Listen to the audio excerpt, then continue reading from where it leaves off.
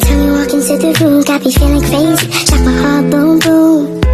Any other boy would stare, but me I look away, cause you're making me scared. Trying not to breathe, 1, 2, 3. Assalamualaikum warahmatullahi wabarakatuh. Gimana kabarnya anak-anak? Ada yang tidak masuk? Masuk semua ya. Sini Bu Guru akan menjelaskan tentang pemukjizatan Al-Quran. Pemukjizatan Al-Quran dibagi menjadi dua, yaitu secara bahasa dan secara istilah. Secara bahasa, mukjizat berasal dari kata i'jaz yang diambil dari kata a'jaza yu'jizu yang artinya melemahkan atau menjadikan tidak mampu atau pekerjaan yang tidak bisa dilakukan oleh orang lain. Yang kedua, pengertian secara istilah. Secara istilah, mukjizat adalah perkara di luar kebiasaan yang dilakukan oleh Allah melalui para nabi dan rasulnya untuk membuktikan kebenarannya, kerasulannya, dan keabsahan risalahnya, sekaligus sebagai bukti atas pengakuannya untuk melemahkan orang-orang yang mengingkari kenabiannya, kerasulannya, sekaligus kelemahan tumbuhan para penentangnya, sehingga masyarakat dapat mengikuti ajaran-ajarannya. Unsur-unsur mukjizat. Unsur-unsur mukjizat menurut Muhammad Quraisy Shihab berkisah pada 4 hal, yaitu yang pertama, hal atau peristiwa yang luar biasa. Yang kedua, terjadinya atau didapatkan oleh seseorang yang mengaku nabi. Yang ketiga, mendukung tantangan terhadap mereka yang melakukan kenabiannya. Yang keempat, tantangan tersebut tidak mampu atau gagal dilayani. Yang pertama, hal atau peristiwa yang luar biasa. Peristiwa-peristiwa luar biasa adalah sesuatu yang berbeda di luar jangkauan sebab akibat yang hukum-hukumnya diketahui secara umum dan tidak dapat diajari oleh manusia.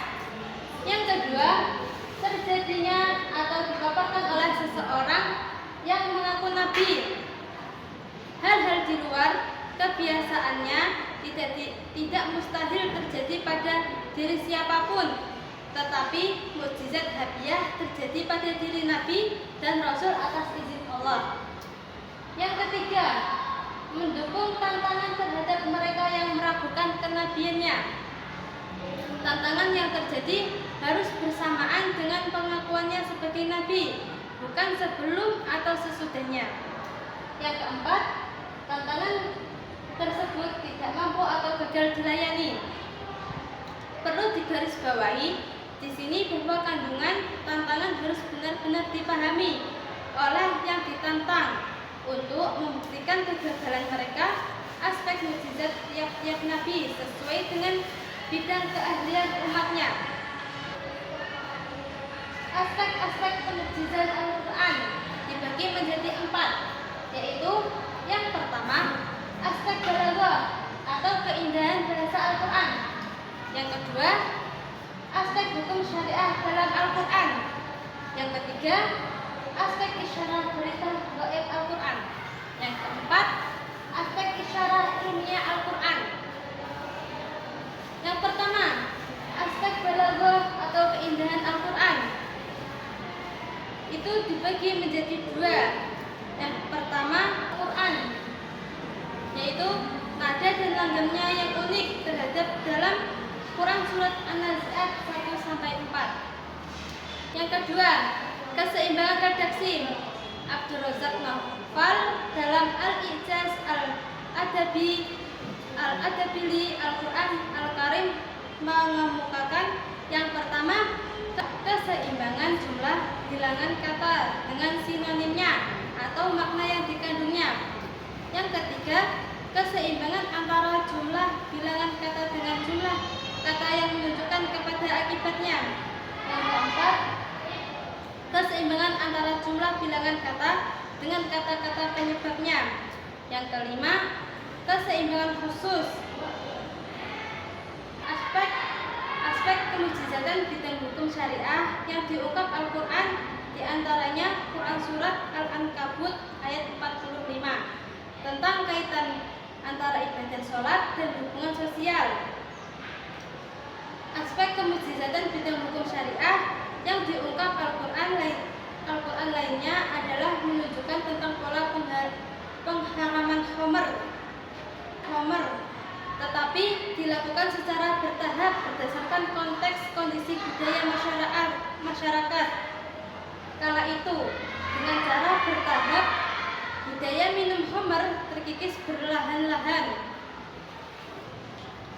Ayat-ayat turun berkenaan dengan proses mengharamkan khamr, yaitu Allah tidak memberi rezeki berupa pohon kurma dan anggur. Yang kedua, berpikir dengan mengkonsumsi khamr. Yang ketiga, dilarang minum khamr, hendak melakukan sholat ketika mabuk. Yang keempat, Allah mengharamkan secara tegas. Yang ketiga, aspek isyarah berita gaib Al-Quran. Informasi Al-Quran mungkin dirasa aneh pada zaman ketika turunnya, bahkan dianggap sebagai sesuatu yang mustahil menyangkut informasi gaib. Di antaranya keadaan kaum Ad dan kaum Samud, seperti dalam surat Al-Haqqah ayat 4-7. Yang kedua, cerita Asbabul Kahfi, seperti dalam Quran surat Al-Kahfi ayat 25. Yang ketiga, tenggelam dan selamatnya badan Fir'aun, Quran surat Yunus ayat 92. Yang keempat, aspek isyarah ilmiah Al-Quran. Al-Quran memberikan penghargaan yang amat tinggi terhadap akal. Tidak sedikit ayat yang menganjurkan dan mendorong manusia agar mempergunakan pikiran dan akalnya untuk mengembangkan ilmu pengetahuan. A. Kosakata, kata-kata yang menyatakan yang dipakai dalam Al-Quran untuk menggambarkan perbuatan berpikir, bukan hanya kata akola, tapi juga kata-kata sebagai berikut. Yang pertama, nadoro, yang melihat secara abstrak, arti berpikir dan merenung. Yang kedua, tafakkara, berpikir secara mendalam. Yang ketiga, tadzakkara, berarti mengingat, memperoleh peringatan, mendapat pelajaran, memperhatikan dan mempelajari. Yang keempat, aqala, menggunakan akal atau rasio. B. Kandungan pesan ilmiah. Al-Quran bukan kitab ilmu pengetahuan, tetapi seluruh informasi tiada yang bertentangan dengan perkembangan sains modern. Di antaranya yang pertama, reproduksi manusia, seperti dalam Quran surat Al-Qiyamah ayat 36-39. Yang kedua, kejadiannya alam semesta, seperti dalam Quran surat Al-Anbiya ayat 30. Yang ketiga,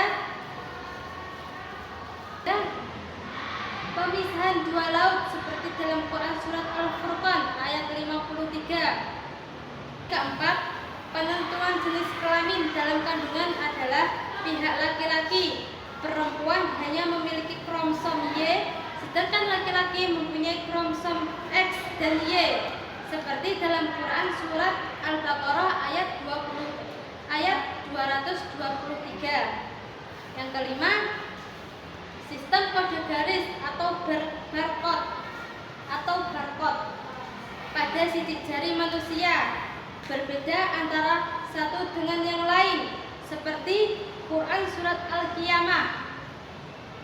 Yang keenam, sesuatu diciptakan berpasangan, Quran surat Yasin ayat 36. Yang ketujuh, garis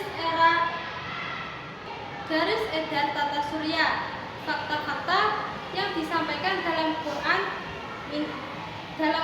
ini telah ditemukan melalui pengamatan seperti Quran surat Yasin ayat 38 sampai 39. Kesimpulannya, kemukjizatan Al-Quran adalah bukti kebenaran kenabian Nabi Muhammad SAW yang paling besar, bersifat rasional, kekal abadi, dan mampu melemahkan tantangan untuk membuat karya serupa. Ada pertanyaan? Guru kiri. Assalamualaikum warahmatullahi wabarakatuh.